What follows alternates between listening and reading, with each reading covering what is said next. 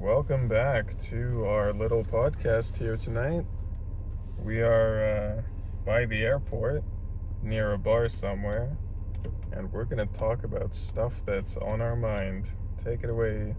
Oh, wait, I'm not even in the shot. All right. I'll pass it on to my co-host. Go ahead. I guess I'll just start with finding purpose. That's a big topic. Oh, yeah. That's huge.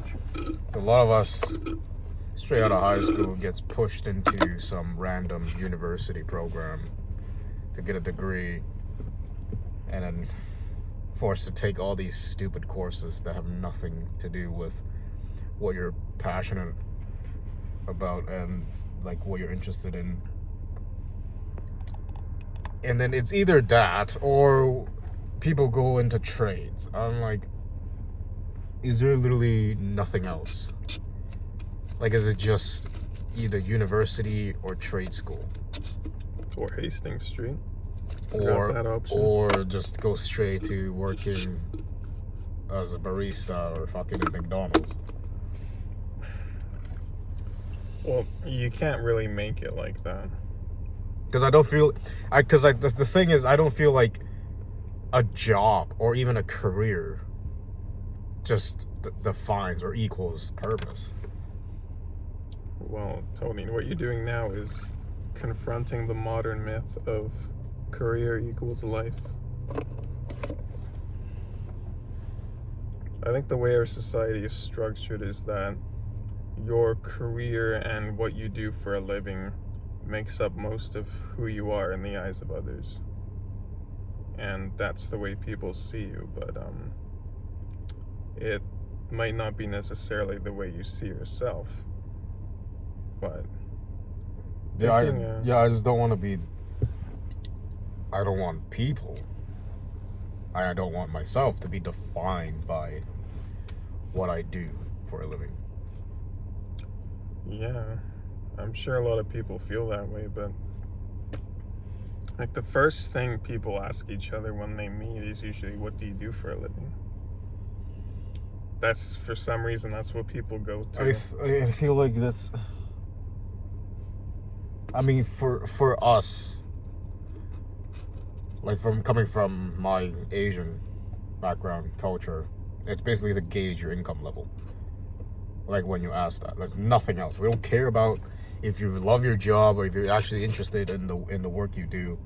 We ask, what do you do for a living, just to get an idea of how much money you make per year. So we can gauge your like your social status in worth. Yeah.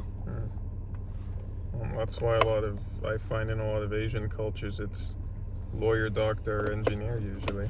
Yeah, most of them hate their job. Absolutely hate it. They were just pushed into doing it by their parents. Well, they want to make their parents proud and all that stuff. Yeah, but then we end up cranking out just these like fucking obedient little kids who grow up to still just be obedient little like nice people who don't really know what they actually want. There's a difference between nice and just being obedient and like not really aspiring to anything. Like the nice besides 9 to 5. Like nice. Okay, nice is the wrong word. It's like they don't really have a sense of direction. I'm not saying I do. I also don't. But then to just be forced into committing is like dumping some of these like programs like engineering or lawyer or doctors like decades into something that you don't even want to do in the first place, just to make your parents happy. Well, that's how they're conditioned. You just push through it somehow. And then a lot of parents look at that and say, why can't you be more like that? Why can't you be more obedient or more determined to work hard and to, get this 9 to 5 job that everyone else really wants? No, I think that just leads to more like midlife crisis. Like when they spend decades into a profession that they didn't want to do to begin with. Mm-hmm. And then they make the money. They might start a family and have like stability in life, but then they finally realize at some point they will have to realize that they didn't want to do this from the very beginning. But they're so deep into it now, there's no way out. And they can't just like throw everything and change. Yeah. Then they're stuck. Yeah, that's most of them just keep pushing on, and then when they retire and they have nothing to do, then it's like, what now? But then they've lived a lie. Then they've lived for somebody else their entire lives. And this is all hypothetically. I'm not saying all Asians are forced to do something they don't. Yeah. Not all of them. And it's not just in that demographic that this thing is happening. There's a lot of cultures, maybe all cultures, they have kids get pushed into doing something they don't want to do. I think there's definitely a lot of that going on in like the Indian culture as well, I feel. And that's not just career, that's like with something else too. Oh, just don't get me started. I mean, like, you do get started.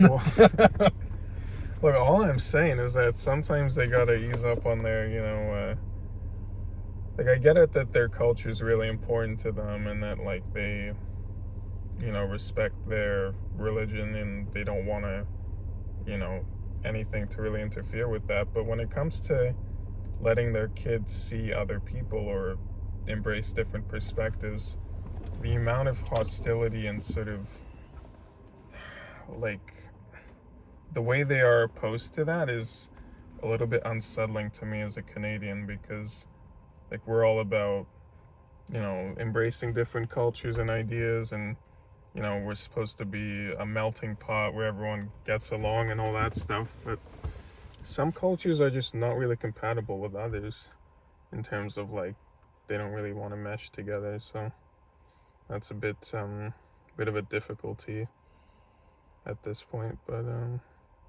yeah, back to careers and stuff. It's just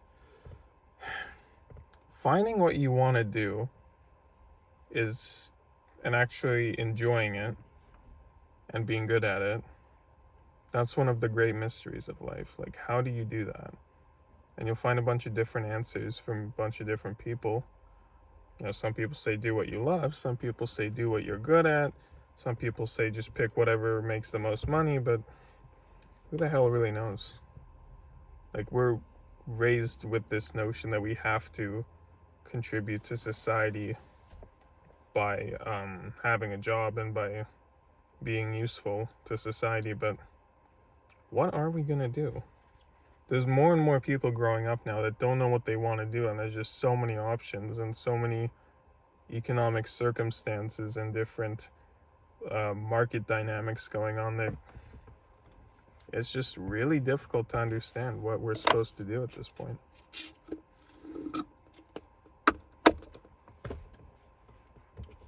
You got anything to add to that? Like, money is important, but only for stability. Like, beyond that is honestly unnecessary. But you just have more to like spend however you want. A lot of times mindlessly. Oh, of course. But if you're choosing a job just to make a certain amount of money, I can't stand behind that at all. Like, hating something that you have to do, even if it pays a lot of money, I just can't do that. Not for a career, definitely. Yeah, that's a lot of careers there. Yeah, it's the thing about, like, I don't want to go on about like, to say that everything today is shitty or anything like that, but I feel like the threshold for having a livable income has definitely been raised over the past 10, 20 years. And like, I know, that's how inflation works, and, that's pretty, that's just the pattern of it. But I feel like, especially over the past 10 years, that standard's been raised much more aggressively than before. So, what kind of income was maybe thought of as excess, or like as an income where you can live a great life and still have some left over, like, let's say 100 grand 10 years ago meant a lot more back then than it would now. So it's making enough to survive, it has become more difficult. And when you make more than you really need and you start spending it on fancy shit that really isn't necessary, that's kind of the way capitalism works, I mean, that's why, a lot of luxury brands are still in business. A lot of different high-end stuff is sold, and that's always going to be around, because there's always going to be a unequal distribution of income, just like there's an unequal distribution of talent in the labor force. And obviously talent isn't the only factor in making money. Like, there's some connections you can have, or some different skills that society values more. But the fact that there's inequality and this human tendency to spend a lot on excess for whatever reason, that's gonna definitely make sure that luxury and high-end goods are always going to be on sale throughout history, and I don't think that's going to slow down.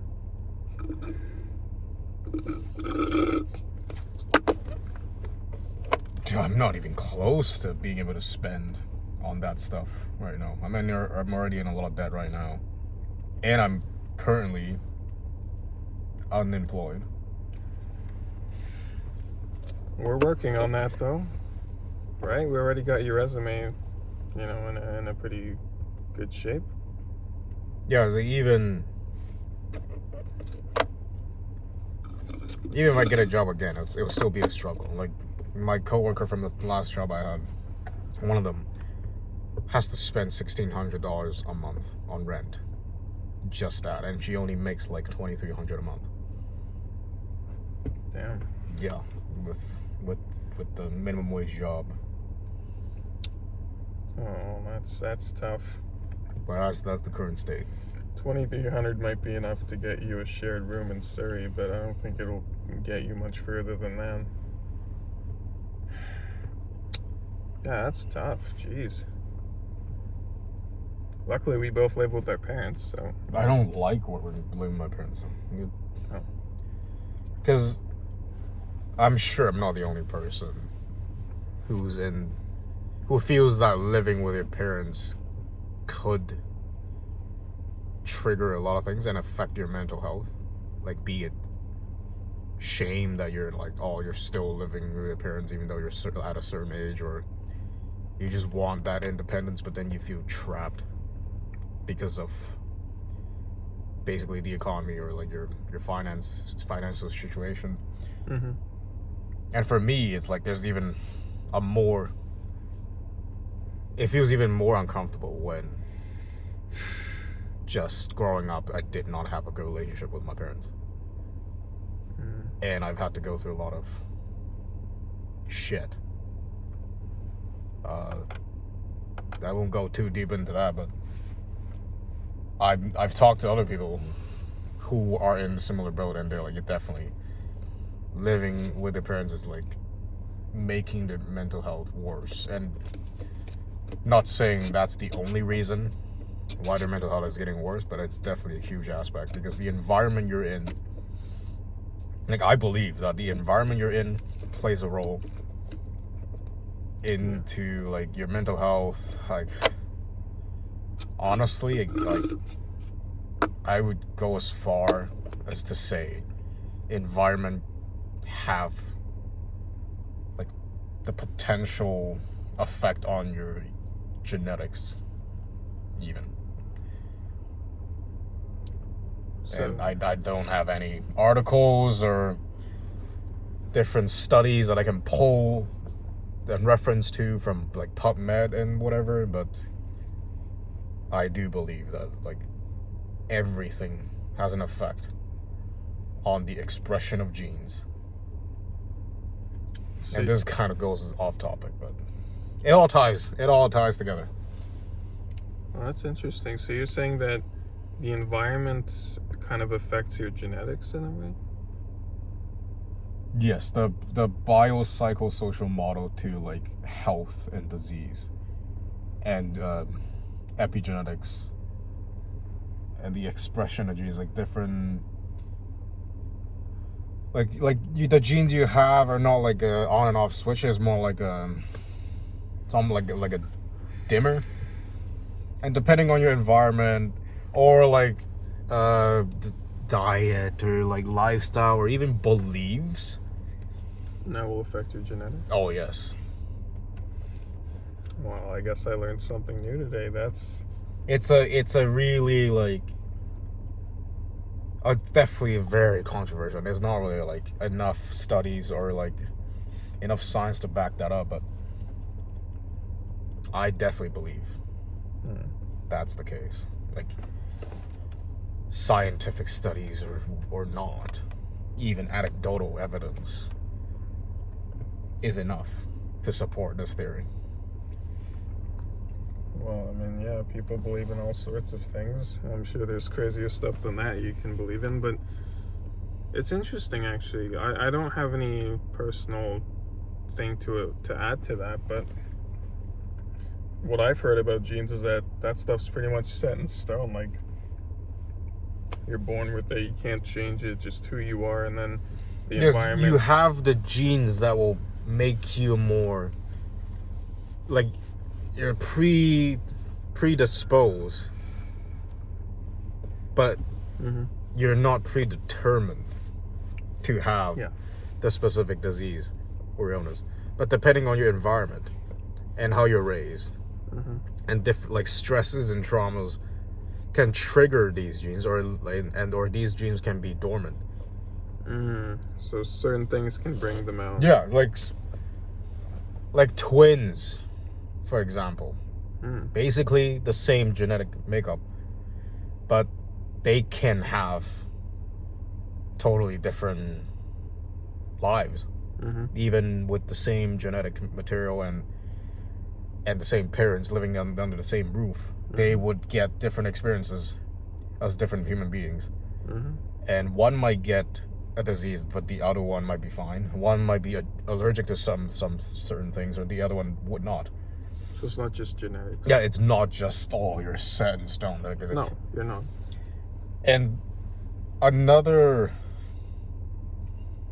I've heard that there's another, I guess, phenomenon where a person who had like multiple personalities, when this person like jumps into different personalities, he would have different like physiological, even biological like differences. Say this person becomes one certain character. This character might be allergic to pollen or something else. But then when this person switches to a different character, that person is no longer allergic to pollen. So it sounds more like a mental allergy than an actual physical reaction. And no symptoms. And I heard that from somewhere. Wow. And that's insane. That's crazy. Of course. I mean, you heard this anecdotally? I definitely don't have a bother to look deeper into it. It was just so fascinating that like, I just I might be believing in a complete myth because there's like no evidence to back that up. I didn't really do any research on that, but if that was the case, that would be very interesting. Well, yeah, I mean, there's a lot of myths going around. Yeah, of course. Like, even with like the spontaneous remission of cancer, like how do you explain that? Like it disappears? Like it just disappears. I never heard of that. And that has happened with like people that were diagnosed with cancer, and the chance cancer just like miraculously just disappear. Wow. with or without treatment. But then, of course, if you decide to go with the treatment, of course, the doctor is going to say, oh, the treatment worked. Well, I mean, they kind of have to tell you that. Yeah. And they'd look pretty dumb if your cancer just disappeared and they weren't doing anything to treat it, you know? But, yeah, there are a lot of interesting stories that I hear. You got any other good ones for us?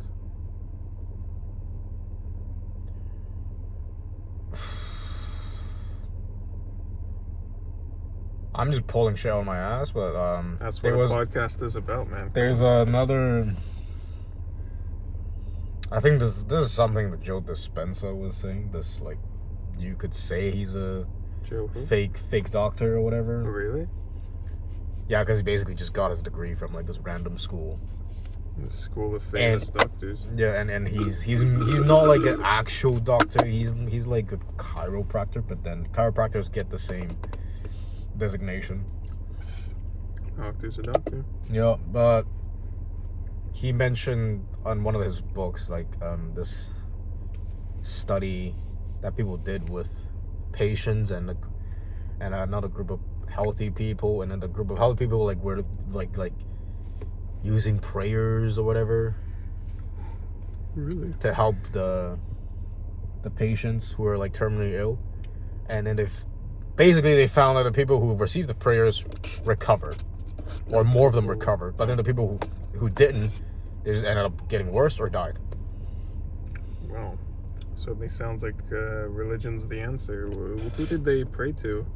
Was it like a Buddhist prayer, or like were they Christians? Or was it unspecified? I think it was unspecified. Wow, that's quite interesting. But basically the point of that video is that religion is the ultimate cure. But again, this is all like anecdotal. Yeah, well, we kind of live in a world where empirical evidence is the only kind that most people will accept, you know? Yeah, because like recorded. It has to be recorded, it has to be tracked, it has to have different steps. Yeah, it's gotta have data. And it has to be like replicable. Was that the word? Like they have to be able to replicate. Yeah, it has to, like, you can't just be like a one-time thing. It has to happen like every time. Or a lot of the time. Or a lot of times. Yeah, that's kind of a scientific method right there. It has to be so like tested. they rely so much on science, but then cases that are called miracles are basically just phenomenon that can't be explained by science. But then they refuse to put more research into these like phenomena. Well, I mean, a lot of it is due to financial constraints. Like, agencies aren't going to be really. Of course, like no one's going to get funds to like pursue pseudoscience or myths. No. It's unpopular, and people don't want to do it because it makes them look like a bunch of heretics or whatever. So once something is established by society, it's very difficult to change that. It takes a long time. Like, there's some ground rules that... But then we become slaves instead of exploring other ways that might be even better. We just claim that those things don't exist, or like, oh, the things that, you know, like going back to the cancer, like spontaneous remission, oh, that just happened, it was just like a one-time thing. Like, instead of like reverse engineering that, why did it happen? Why did it just go away on its own? And then exploring other ways to like replicate that. You want to hear something batshit crazy? What else? Well, I've heard from a buddy of mine that they found the cure to cancer. Some scientists, I think, found the cure to cancer, but then he was killed, and the cure died with him. Oh, absolutely. I'm not even surprised. The cure was definitely discovered, like, probably a long time ago, but it can't be revealed to the public. And that would tank a lot of... Oh, yeah. It would tank a lot of, like, pharmaceutical companies or anything that has to do with medical... Like, the cure to cancer would be cancer to the profits of pharmaceutical companies. Exactly, perfectly put. That's why we're not gonna find that. Oh yeah. Well, we are gonna find treatment, but it's gonna cost you. Yeah, the treatment is like also very painful. Well, hopefully they've come up with something better than chemotherapy. I mean, that's just... They're still doing chemo and radiation, or just cut the part off. That's just such a primitive solution, you know? But they're not gonna go beyond that. Like the billions of dollars spent into cancer research has come up with nothing so far. Or maybe they have, but they just decided to just cover it up. And what's the point of the research? Yeah, so all the people dumping money into cancer research, like they think it's doing something, but I don't think. Well, they hope it's doing something. Yeah, I mean, it sounds philanthropic and everything. And then we haven't even gone into like how all these like charities, like most of the money just goes to the employees anyways. 70% goes to the employees of like all these organizations that claim that they're going to use the money to help people, but it's not. 70% of them just goes to employees. Well, they got to hire people to help people. Yeah, and the 30%, I don't know, maybe the 30% left is like some of it is given to the actual cause. Like, given to, like, how would you define that? Like, donated, you mean? Yeah. Only about 30% of the donation actually goes to the cause. Well, I didn't know that. I guess I thought that all these, or a lot of charities were sort of, like, if they're non-profit, then all of the money would just go to the cause, but... Yeah, but non-profit doesn't mean, like, they're not going to pay all the people working for the charities. I actually never thought of this. Like, when people donate money to charities, where does it even go? Like, people say it goes to the cause. Well, what the hell does that mean? It doesn't mean... Who gets paid? That's still a part of it, but a large part of it still becomes salaries for people. Of course, they're not making profit out of it, but they're still getting paid. Because they're not selling a product. Of course, there's no profit. But people still get paid in these charities. Yeah. It's just that the goal of it is not to generate profit. And how much do they get paid? Who the fuck knows? And I'm sure they have some sort of tax records. I would hope so. They have to have accountants, right? I mean... No, yeah. I don't know. I don't know how they get around. We can look into Doge, see what they've come up with. You heard of Elon Musk's dream team to clean up the federal government or whatever? I'm actually not like caught up with that at all. I've stopped bothering with like politics a long time ago. There's too much turmoil going on here on our soil to bother looking at the US right now.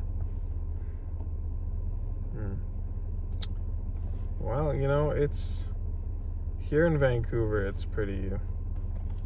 We've seen better days, honestly. You know, like we've got this whole drug crisis going down. It's 2025. You know, we got Mark Carney in charge, but so far Hastings is still Hastings, but we'll see what happens. Yep. Hope it gets better. Downtown still reeks of piss and weed. Ah, that downtown smell. Stanley Park's still nice, though. Yeah, but the drug addicts and the homeless are spreading. They're not just concentrated in Hastings and Chinatown area anymore. They've crossed the bridge. So you see them around West Van? Yes, they've crossed the bridge. Shit.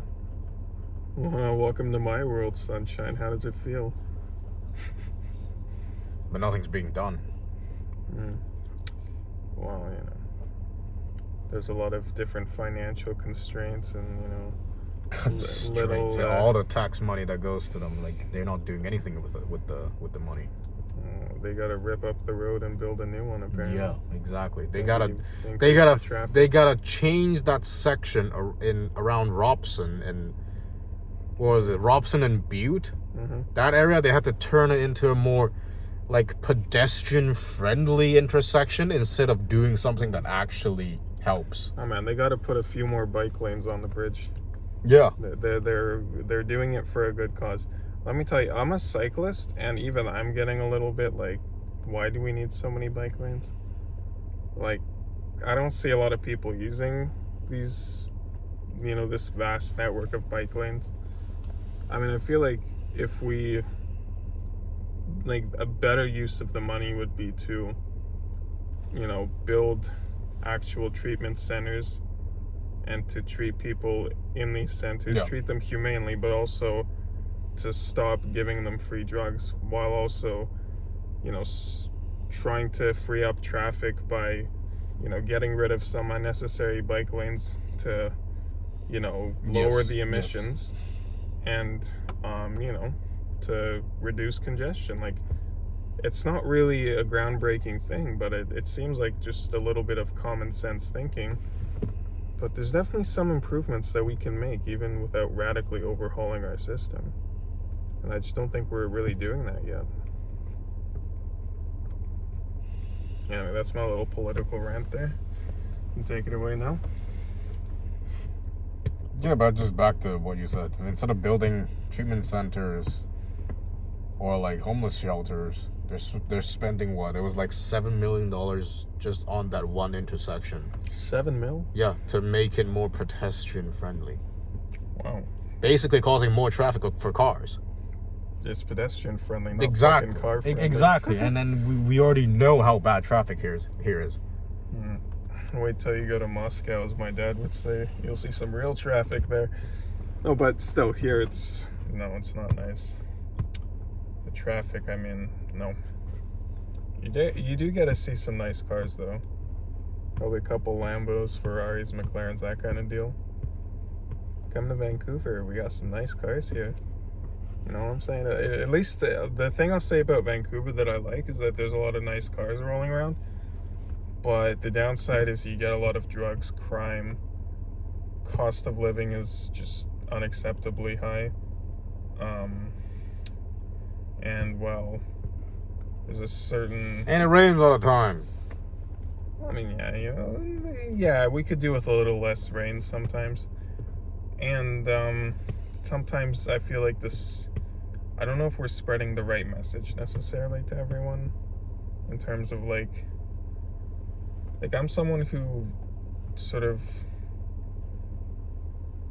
likes to who respects more like conservative, more like family-based values, I guess you can say. And I think a lot of the message that we're sending to the newer generations is that they need to stand out and be more rebellious, which, it's great when you're young, but I think they should also emphasize that we should,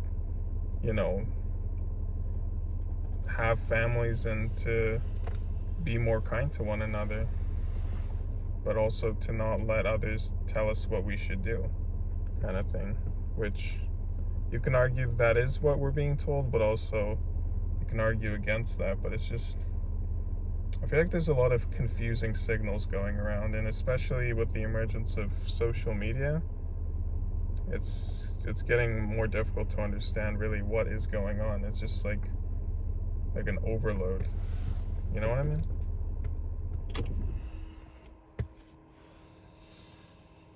No, kids are fucking born with iPads nowadays. Yeah. I know. They'll probably come out with like a... That's the new pacifier. And it's a fucking way more expensive version of a pacifier. Way more effective, too. You give a kid TikTok, you'll never see him again. Yeah. Before you know it, he's going to be doing some of these, some of these TikTok moves, whatever they do these days. It's weird, man. I think we've kind of lost the plot a little bit as a society. I think we need to get back to a more traditional mindset, if anything. It's not to say that we're going to burn witches at the stake and, relegate women to the kitchen and, smoke cigars and get syphilis. I'm not talking about that. I'm talking about just, having more of like, putting more emphasis on having families, putting more emphasis on having kids, on respecting your neighbors, but also on, being more kind with each other. And another thing is, I feel like we've become really focused on cutting costs and increasing profits, but I think we should really focus more on stuff that is good for society and for people who, just for the public in general, especially the middle class, which is definitely dying out at this point, I'm afraid to say. Like, I would definitely be more in favor of, like, public housing programs, public libraries, some community stuff, like stuff that just helps low-income families, rather than stuff which is designed to house people where there's very little hope for them, unfortunately. We should focus more on benefiting families that, if they had a little more, they could really contribute to society, but just because of a economical disparity, they're not able to live the life that they deserve,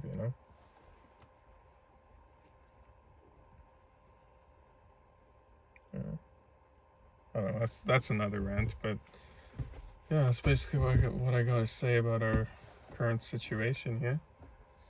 Could be better, it could be worse, but we're both alive, so that's good. I'd still rather be here than the States, just for like the medical system. Yeah, like they're paying hundreds of dollars just to see a GP. Oh, I don't know. Well, hey, at least that's something. That's like a whole paycheck for me. Yeah, that's what happens when you let corporations, for-profit corporations, run a medical system. Corporations should be trusted with things that are not quite as important as your health, like perhaps, you can have grocery stores, you can have, different car companies, sure. Like, there's a lot of places where big business is going to be great, but when it comes to healthcare and essentials, that kind of, in a business where your willingness to pay is so high, the incentive to squeeze people is going to also be very strong. So if something's a necessity, I think it should be probably run by the government, or at least heavily subsidized by the government, rather than having it turn into some sort of competitive clusterfuck, or even worse, a monopoly, like a corporate monopoly where profits are the only thing that matters. If that happens, anyone who ever gets sick in that country is fucked. And that's what we're seeing in the States. If you're not rich enough, then, you can either get trapped in a lifetime of debt, or you can just die right there on the spot. But basically, you're screwed. So, yeah. Definitely important to get good health coverage down there. At least here, our healthcare is public, but even if you live here, getting the right health insurance is important. What's the solution then? Like, for us, what's something that we can do to improve this? Because we're not going to count on the government to change anything anytime soon. Right. Because they haven't been, for as long as I've lived here, they haven't really been doing any of that. The housing problem is still a problem. Mm-hmm. Yeah. The cost of living is still high as fuck here. Yeah. Well, I mean, it's either do something to make more money, or I just get the fuck out of here. Yeah, pretty much. That's a decision we're all going to have to make one day or another. But it depends what we want to do for a living and where we want to end up. That's a decision that we're going to have to make, over time and wisely. Because you can't really, once you're on that path and you're already committed and you're already on the way to getting your thing done, you can't really, it's going to be difficult to pivot away from that. But if you have hope in this country, stay here. If you truly, truly don't, then I'd say just get the fuck out. You might as well. I mean, if there truly is no hope. But that really depends on your mindset and what you see what you see here.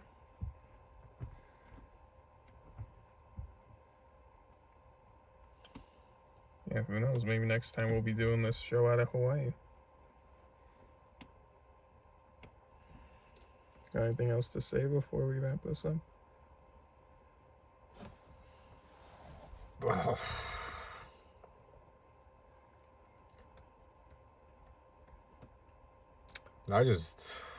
I'm dealing with the financial shit, struggling to find a real career. I'm also dealing with a bunch of health issues, mental and physical.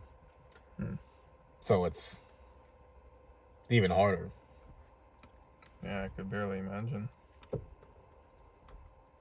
I think there's hope, you know? As corny as that sounds. There's gotta be hope. There's people, obviously, that are in much worse places, but still, I mean, even without that. I mean, you're sitting here right now doing this with me. You know, you're gonna hopefully... Yeah, this kind of improves my mental health. At least I'm not holding everything in. I'm just talking about it. Mm-hmm. This is probably the most cost-effective therapy you're gonna find, eh? Yeah. Well, in that case, we gotta keep doing it, man. We gotta... And I'm pretty sure I'm not the only person dealing with all these issues. I'm sure people out there are. Of course you're not. Yeah, so I'm using this as a outlet and a platform to maybe reach out to other people, and we can start something like a community. Well. This is my man Tony handing out an olive branch to y'all. Anybody with severe mental, or I shouldn't say everything. severe. Everything. Anyone with any issues should basically problems of a young adult. That's right. It's either mental, physical health, financial situation, struggling to find a career, struggling to find a purpose, or you're already having a existential crisis, which I'm also having that. So all these problems combined, I'm just basically claiming that I have these issues, and people out there probably have something similar. Not all of them, but you might have something. Everyone has at least one of those going on. Oh, yeah. Nobody's perfect. And anyone who tells you that is full of shit. So, yeah, basically every young person in the world, come check this out. Drop us a message, you know. I'm sure one of us will be reading the comments. Drop a line, get in touch. Yeah, especially if you're around Vancouver or in this country, or it doesn't even have to be. Just if you're dealing with something similar, definitely say something in the comments. Of course, yeah. If you walk out the door and you see a druggie stumbling around on the next few blocks, you're probably in Vancouver. So just, drop us a line. Yeah, if you step out the door and then it smells like weed and piss, you're probably in Vancouver. Exactly. You can't miss it. It's our local smell. So, if you're local, make sure you message us. If you're living somewhere in China or in India or whatever, we'd love to hear from you. We're a multicultural society, you can say. So, everyone's welcome here. Everyone's got problems of some kind, and, we're just here to whine about them, and that's what we do. So. Oh, yeah. This whole channel's the whole podcast is just to rant about shit. Yeah. Yeah. That's what it is. Take everything we say with a grain of salt. A huge one. We're just fucking around with a jar of salt, really. Not even a grain of salt, with a whole jar of salt. Just take it with a bag of smelling salts. Yep. You tried smelling salts, by the way?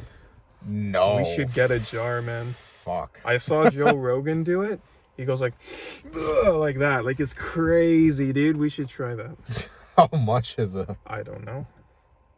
Tell you what, if it's under $20, first jar's on me, huh? Just for that one time, trying it out. No, man. The thing is, you gotta keep it sealed to get the most smell. So you gotta go, and then you just gotta... I'm gonna have you hold the jar, because then if I go like this, I won't be able to seal it. But anyway, we're getting into spoilers now. What does that even? Yeah, maybe. Stay tuned. Stay tuned. Stay tuned. You might see some smelling Yeah, salts on the show. We might do all kinds of shit for this channel. That's right. Tony might during shave the his head podcast. bald, and he's going to be the new Joe Rogan. Maybe get some tattoos over here. Nah. Have a douchey voice. Welcome to Joe Rogan Podcast, buddy. Let's go. Yeah, we're just pissing around here. Yeah. So, we're here for you, world. Yeah. You know? Yeah, you got anything else to add on to this thing, or you want to just, say our goodbyes? What do you want to... Yeah, we also don't have a script. Every time we just talk about whatever is on the mind. They can fucking tell we don't have a script. I mean, we're going all over the place. Yeah, we are all over the place. Yeah, probably very obvious that, we are going all over the place. But we like to still kind of focus around just living in Vancouver and, like, different problems. And we also talk about cars sometimes. Cars and bars and all that cool stuff. A little bit of politics, but like kind of more. I like to drop a grain of closer to life here. Stuff topics. Of course, closer down here to earth. Yeah. Don't want to talk too much about what goes on in the ivory tower. You know what I mean? But we did have an idea of talking about the Buddhism stuff. Well, I'm talking about the ivory tower of, those politicians who control everything with big business. That whole thing. Oh, yeah, that's... That, you see, that's a step below what, there's the religious appeal to a higher calling and a higher power, which is always going to triumph what's down here. But even though what's at the top of our corporeal realm is governments and politicians and business, and then below that is, the common man, me and you. That's always how I imagine the hierarchy. Yeah, but we must come together. We must band together. There's gotta be a way. Well, there's got to find a way. That's right. We will find a way, and together we will march to Eden's gates. I'm not talking about overthrowing. I'm not starting a revolution. I'm just saying. Whoa. It's more like a support group, if anything. Nah, man, we'll create our own cult and then we'll take over this damn city. Get ready to breathe in the bliss. Yeah, Let's go. Yeah, we'll need billions of dollars. Yeah. to do something like that. That's right, man. And different resources. We'll buy up every farm for miles. Yeah. Yeah. Cook up that bliss. Johnny Seed's coming for you. Yeah.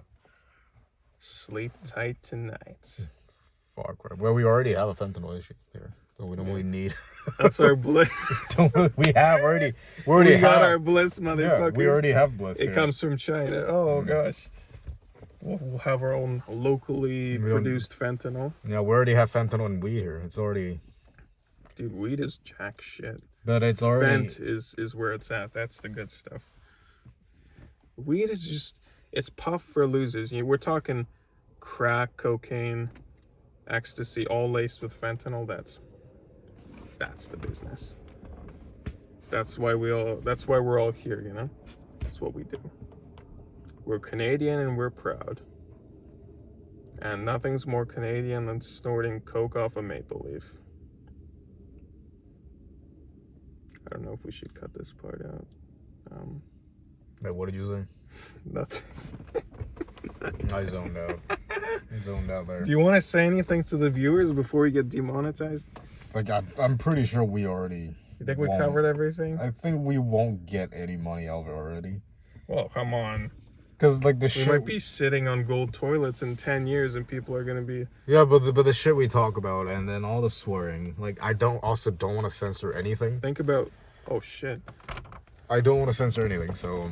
What about Louis C.K., huh? Like, whatever you say, it's just gonna be in the video. So you better have either have a filter for yourself or just don't say anything. No. We do it raw. Yeah, raw, no rubber. Yeah, then yeah, we're not gonna hold back. Yeah. Just say whatever, and then that's it. No edits, no script. That's completely raw. Why don't we just call this podcast Raw No Rubber? Raw No Rubber. Yeah. We should hire a chick to just show her tits on the back when we do this. Okay, sorry, that was an outlandish idea. No. I'm just saying there's a nice little gap here for a third co-host. Yeah, but we definitely need better lighting. Because this is, The Cayenne doesn't do lighting. Better lighting, because you can't really see what's going on back there. I mean, I'm relying on this little lamp here. Maybe they can see a little bit. I mean, if you... Yeah, see? They can see a little bit. Also, okay, it's not just like... If we do have another person in the back, we also don't really... The audio's... we're not using a mic. We're just using the phone right now. That's a wonderful phone. What phone is it, Tony? This is the iPhone 12. iPhone 12. I'm just using whatever we have to start this. But anyways, we'll wrap it up here. 50 minutes of screen time. That's gonna be a long ass upload. That's even if you've made it this far. If you fell asleep, we don't blame you. Yeah, but, you just use this as background noise to not feel lonely. Go ahead. Yeah. What are you cooking tonight? Is that pasta I smell? Smells good. Tell your mom I said hi. All right, we'll wrap it up. Okay.